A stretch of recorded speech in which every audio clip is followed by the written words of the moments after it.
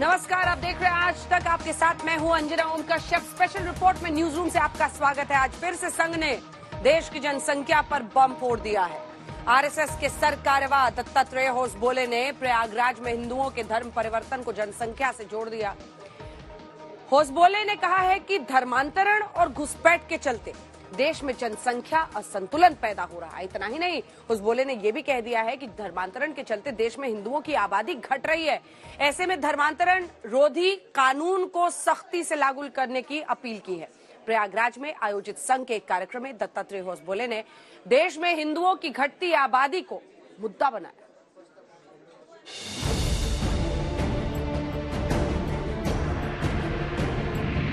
छोटा परिवार सुखी परिवार, छोटा परिवार उन्नति का आधार, छोटा परिवार खुशियों का आधार। ऐसे तमाम स्लोगन हैं जो आप और हम सुनते आए हैं, लेकिन दिवाली से पहले जनसंख्या पर एक नया विस्फोट हुआ है। जी हाँ, आबादी को लेकर संघ ने ऐसा बम फोड़ा है जिसने सियासी भूचाल ला दिया है। अभी तक चिंता देश में बढ़ती जनसंख्या पर हो रही थी, लेकिन अब बात हिंदुओं की घटती आबादी पर आ गई है। आरएसएस के सर कार्यवाह दत्तात्रेय होसबोले ने ये कहकर बहस छेड़ दी है कि देश में धर्मांतरण के कारण हिंदुओं की संख्या कम हो रही है। दत्तात्रेय होसबोले ने कहा कि देश के कई हिस्सों में धर्मांतरण की साजिश चल रही है और धर्मांतरण के कारण जनसंख्या असंतुलन पैदा हो गया है। हमारे देश में कन्वर्शन होने से, मतांतरण होने से कई जगह पर संख्या हिंदुओं की कम होती है, उसके परिणाम भी भुगतना पड़ता है। तो पहले भी हुआ है और जगह जगह पर उसकी समस्या भी आई है। इसलिए ये जो किसी न किसी प्रकार से मतांतरण करने की कई साजिश है। अब सवाल ये है कि क्या देश में सच में हिंदुओं की आबादी घट रही है? क्या धर्मांतरण के कारण हिंदुओं को खतरा है? क्या सच में भारत में धर्मांतरण से जनसंख्या का संतुलन गड़बड़ा गया है? समस्या है, इसको लेकर के कोई दो मत नहीं, लेकिन जिस तरीके से बढ़ती आबादी हो और बढ़ती आबादी के नाम पर सांप्रदायिकता का विश्वमन हो, जो भारतीय जनता पार्टी और संघ परिवार कर रहा है, इसका विरोध होना चाहिए। ये बढ़ती आबादी को आप नियंत्रित कीजिए, लेकिन बढ़ती आबादी के नाम पर आप वोटों की राजनीति करें, सांप्रदायिक ध्रुवीकरण की राजनीति करें, ये कतई उचित नहीं है। इसका विरोध होगा। जनसंख्या वास्तव में हमारे लिए एक भयावह स्थिति क्रिएट कर रही है। हम सब लोगों को उस पर चिंता करके कैसे इसको नियंत्रित कर सकते हैं। जो प्राकृतिक संसाधन है, जो उपलब्ध संसाधन है, मानव सृजित संसाधन है, उनको किस प्रकार हम अपने परिवार के लोगों में वितरित कर पाएं, जिससे उनको उच्च कोटि की क्वालिटी लाइफ मिल सके, उनको अच्छी शिक्षा हम दे पाएं, उनको अच्छी स्वास्थ्य व्यवस्था दे पाएं, अच्छे परिवहन के साधन दे पाएं। और बगैर जनसंख्या नियंत्रण के सब कुछ कर पाना संभव नहीं है, क्योंकि हमारे पास धरती उतनी ही है, धरती माँ बढ़ नहीं सकती, हमारे पास आकाश उतना ही है, पर्यावरण की दृष्टि से हमारे पास संसाधन उतने ही हैं, और जितने अधिक लोग धरा पर प्रवास करते उतना ही प्रदूषण भी बढ़ता है। आरएसएस नेता दत्तात्रेय होसबोले का बयान इस समय सामाजिक सद्भाव पर एक कुठाराघात है।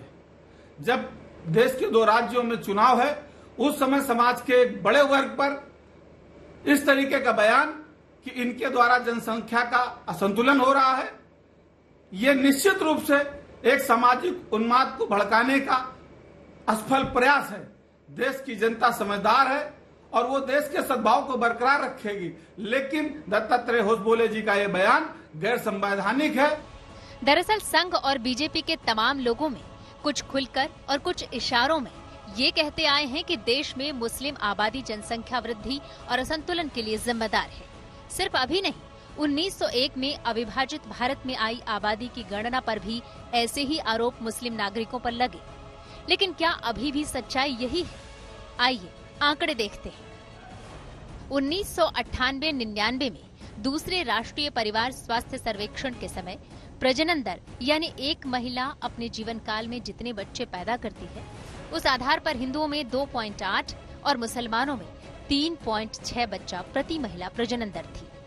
2005-06 में ये घटकर हिंदुओं में 2.59 और मुसलमानों में 3.4 रह गई थी। 2015-16 के परिवार स्वास्थ्य सर्वे में हिंदू महिला की प्रजनन दर 2.13 और मुस्लिम महिला में घटकर 2.61 पाई गई है, जबकि 2019-2021 के राष्ट्रीय परिवार स्वास्थ्य सर्वे में हिंदू महिला की प्रजनन दर 1.94 हो गई है।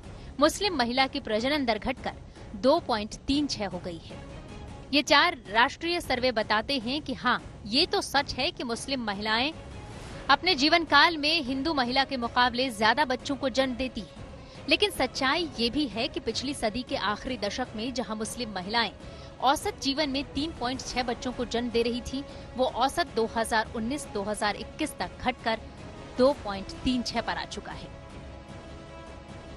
एक बम तो संघ ने ये कहकर फोड़ा कि धर्मांतरण से हिंदुओं की आबादी घट रही है, और दूसरा बम ये फोड़ा कि देश के कुछ हिस्सों में अवैध घुसपैठ बढ़ी है और ये भी जनसंख्या असंतुलन का कारण बन रहा है। घुसपैठी बांग्लादेश से उत्तर बिहार के राज्यों में आप पूर्णिया, कटिहार वगैरह देखेंगे या नॉर्थ ईस्ट में देखेंगे, यही इसी के लिए आंदोलन भी हुआ था वहाँ। अब थोड़ा सा उसको रोकने का प्रयास वहाँ तो हुआ, लेकिन अन्य राज्यों में भी वो धीरे धीरे बढ़ने के सभी प्रकार के अनुभव आए हैं। तो इन कारणों से वहाँ के सामाजिक आर्थिक दृष्टि से तनाव पैदा होते हैं। मुसलमानों की पॉपुलेशन नेशनल लेवल पे एज पर सेंसस 2011 14.5 मानी जाती है, और जाहिर बात है हिंदुओं की पॉपुलेशन 80% है, तो दोनों का कोई कंपैरिजन ही नहीं है।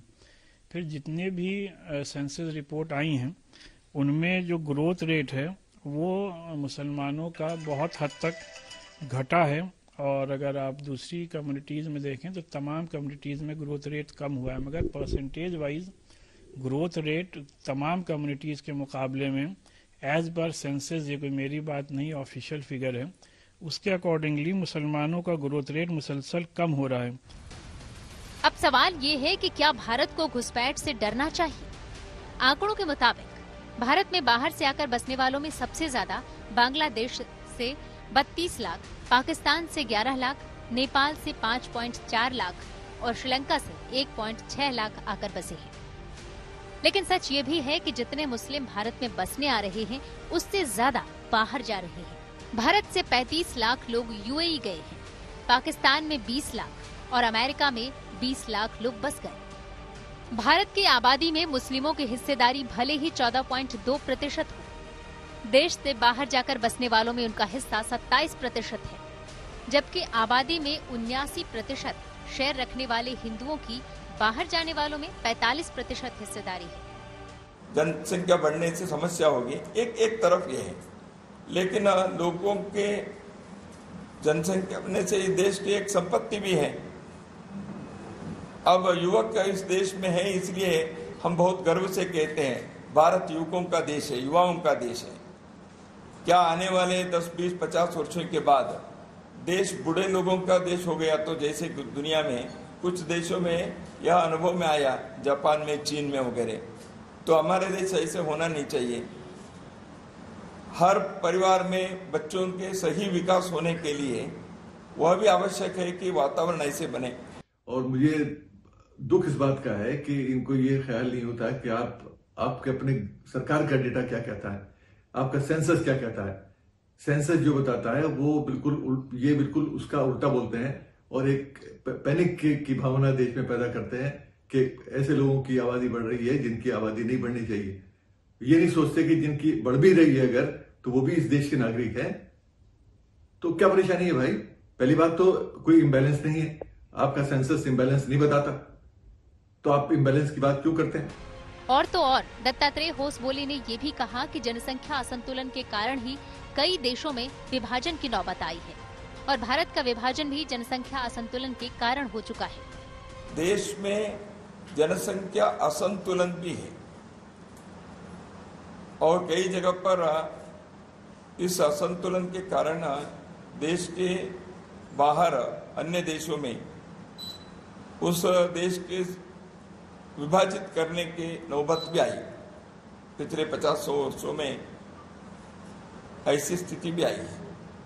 भारत का विभाजन भी हुआ, सूडान का हुआ, कोसोवा का जन्म हुआ, ईस्ट तिमोर का जन्म हुआ, इंडोनेशिया को एक हिस्से को अलग करके। तो इस दृष्टि से भी एक सतर्कता, सजगता समाज के अंदर रहना चाहिए। चुनाव के पहले कुछ ऐसे मुद्दे बनाए जाएंगे जिसमें मजहबी आधार पर, धर्म के आधार पर बंटवारा हो सके। ये एक नफरत फैलाने का, द्वेष फैलाने का एक और प्रयास है। भारत की जनसंख्या रुकनी चाहिए, हर जाति समुदाय की रुकनी चाहिए। और स्वेच्छा से, चूंकि भारत सरकार का कानून है, उन्हीं की सरकार है, उन्हीं की इशारे पे चलती है, तो ये जाके प्रयागराज में कहने की आवश्यकता क्या है? भारत में 2015 से लगातार संघ इस मांग को रख रहा है कि देश में जनसंख्या असंतुलन के कारण पैदा होते खतरे को खत्म करना जरूरी है। राष्ट्रीय स्वयंसेवक संघ इसके लिए प्रस्ताव तक पास कर चुका है, लेकिन जब भी संसद में सरकार से सवाल हुआ, जवाब यही आया कि अभी 2 बच्चों वाली नीति बनाने या लाने का कोई विचार नहीं है। क्या अब आगे संघ की मांग सरकार सुन सकती है? आज दत्तात्रेय होसबोले जनसंख्या पर मुखर होकर 2 टूक बोल रहे हैं। इससे पहले दशहरे के दिन आरएसएस प्रमुख ने जनसंख्या पर बड़ा बयान दिया था। इस जनसंख्या में प्रमाण का भी संतुलन चाहिए। हम भुगते हैं। जनसंख्या का असंतुलन हुआ तो 50 साल पहले उसके गंभीर परिणामों को हमने भुगता। जनसंख्या में पंथ संप्रदाय के प्रमाण में अंतर आने से नए देश बन गए, देश टूट गए। यह असंतुलन जन्मदर एक भाग है उसका, लेकिन जोर जबरदस्ती या छल कपट से, लालच से मतांतरण, ये सबसे बड़ा फैक्टर है।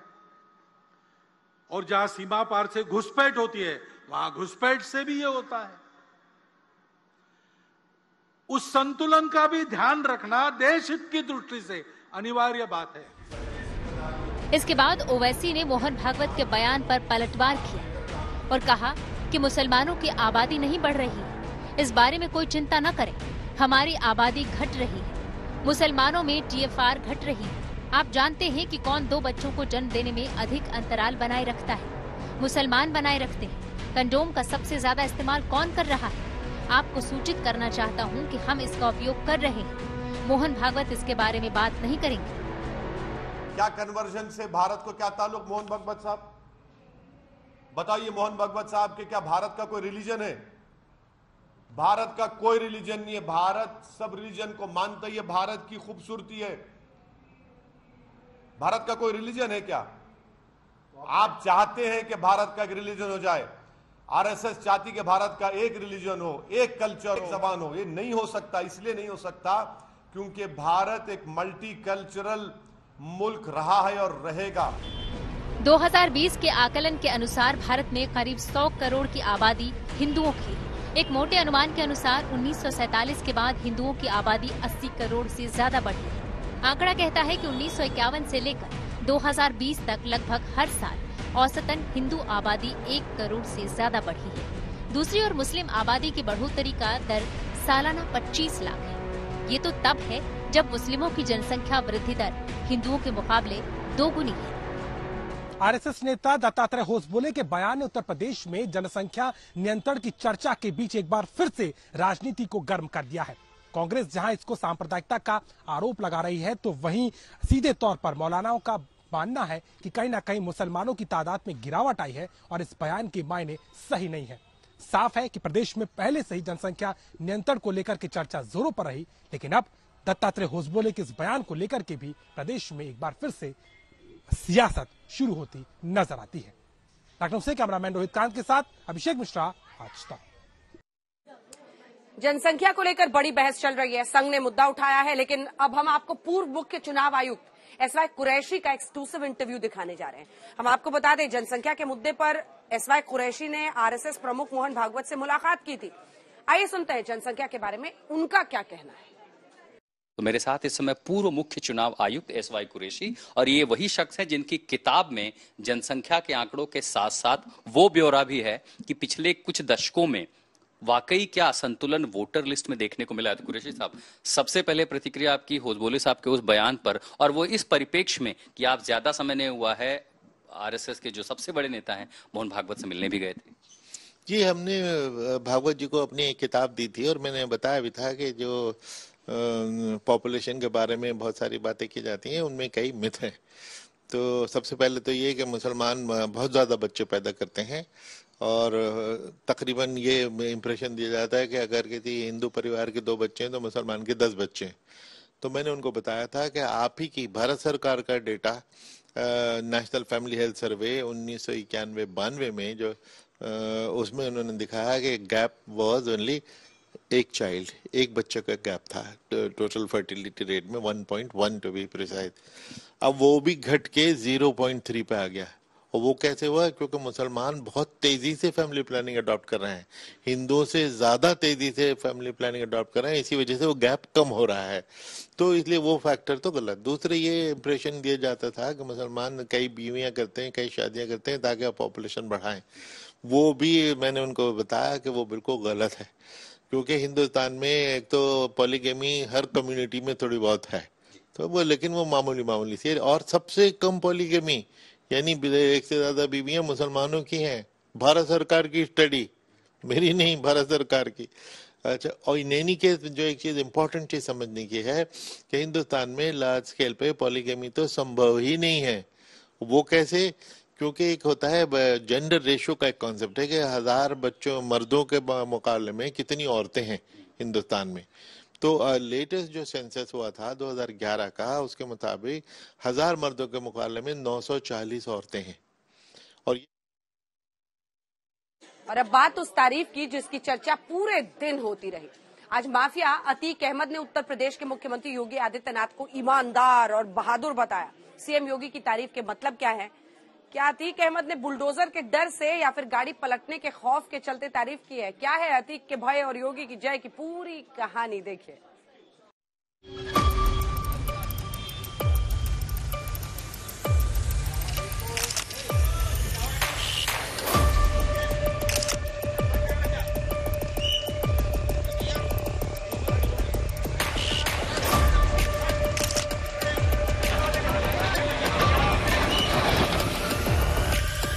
योगी आदित्यनाथ बहुत बहादुर मुख्यमंत्री हैं, ईमानदार हैं और मेहनत कर रहे हैं। हमारी पुलिस खतरा जरूर बन जाएगी, उसका जीना हराम जरूर कर देंगे। बुलडोजर चला तो योगी अच्छे लगने लगे। योगी का कमिटमेंट अतीक को लगा ग्रेट।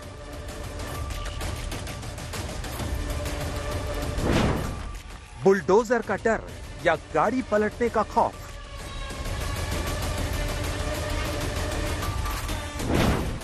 माफिया अतीक का भय, बोले योगी की जय। योगी आदित्यनाथ बहुत बहादुर मुख्यमंत्री हैं, ईमानदार हैं और मेहनत कर रहे हैं। किसी फिल्मी सीन की तरह लखनऊ में कुख्यात माफिया अतीक अहमद की एंट्री हुई। सिर पर सफेद साफा, बदन पर काले रंग का कुर्ता। कैमरे में पहली तस्वीर कैद हुई तो पेशी के लिए गुजरात से लखनऊ पहुंचा रियल लाइफ का खलनायक। रियल लाइफ के हीरो की तरह हाथ हिलाता है। पुलिस के घेरे में वो कोर्ट रूम की तरफ बढ़ता है। चारों तरफ सिर्फ और सिर्फ संगीनों का साया है और बीच में अतीक अहमद चलता हुआ आपको नजर आएगा। ऊपर से यही दिखाया कि सब कुछ ठीक है, लेकिन अंदर से यही माफिया कितना भयभीत और डरा हुआ है। भय भी ऐसा कि आज अतीक अहमद योगी आदित्यनाथ की जय जयकार कर रहा है। योगी आदित्यनाथ बहुत बहादुर मुख्यमंत्री हैं, ईमानदार हैं और मेहनत कर रहे हैं। ये तस्वीर आज की है जब राजूपाल हत्याकांड केस में पेशी के लिए अतीक अहमद को गुजरात के साबरमती जेल से लखनऊ तक लाया गया। अतीक अहमद कोर्ट पहुंचे और अपने बयान से हड़कंप मचा दिया। योगी आदित्यनाथ बहुत बहादुर मुख्यमंत्री हैं, ईमानदार हैं और मेहनत कर रहे हैं।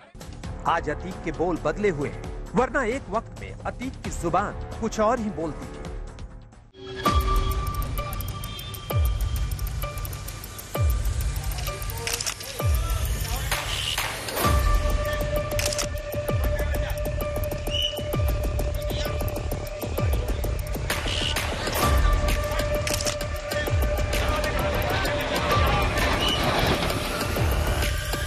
योगी आदित्यनाथ बहुत बहादुर मुख्यमंत्री हैं, ईमानदार हैं और मेहनत कर रहे हैं। हमारी पुलिस खतरा जरूर बन जाएगी, उसका जीना हराम जरूर कर देंगे। बुलडोजर चला तो योगी अच्छे लगने लगे।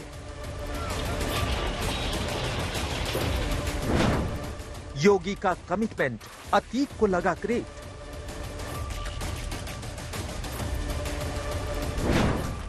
बुलडोजर का डर या गाड़ी पलटने का खौफ।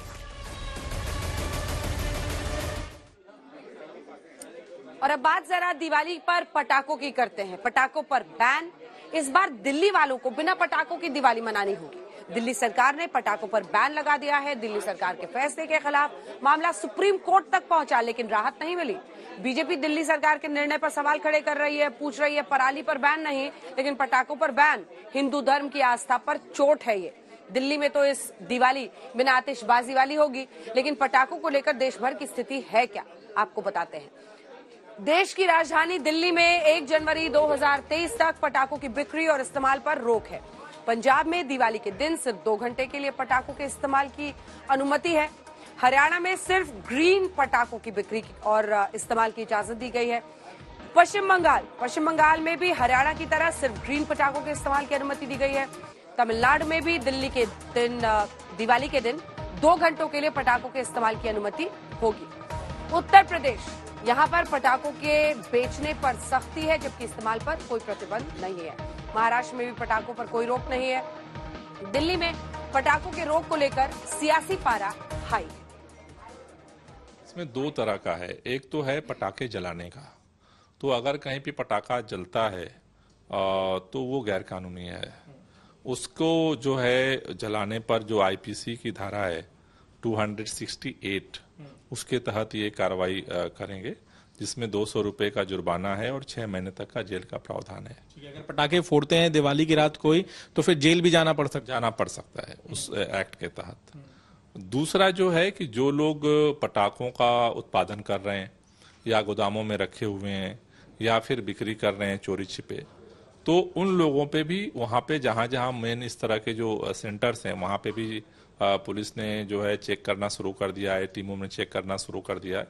और उसके लिए जो है एक्सप्लोसिव एक्ट का सेक्शन 9B है, उसके तहत उन पे कार्रवाई होगी, और जिसमें जो है 5,000 का जुर्माना और 3 साल तक की जेल का प्रावधान है।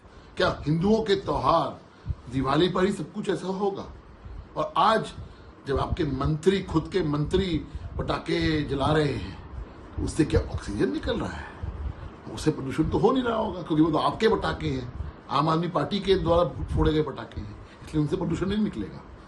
सवाल इस चीज का है, पराली से जो पंजाब से जो धुआं निकल रहा है, उसकी वजह से आज दिल्ली के अंदर जो प्रदूषण हो रहा है, और आपकी नाकामियों का नतीजा दिल्ली के हिंदू क्यों भुगते?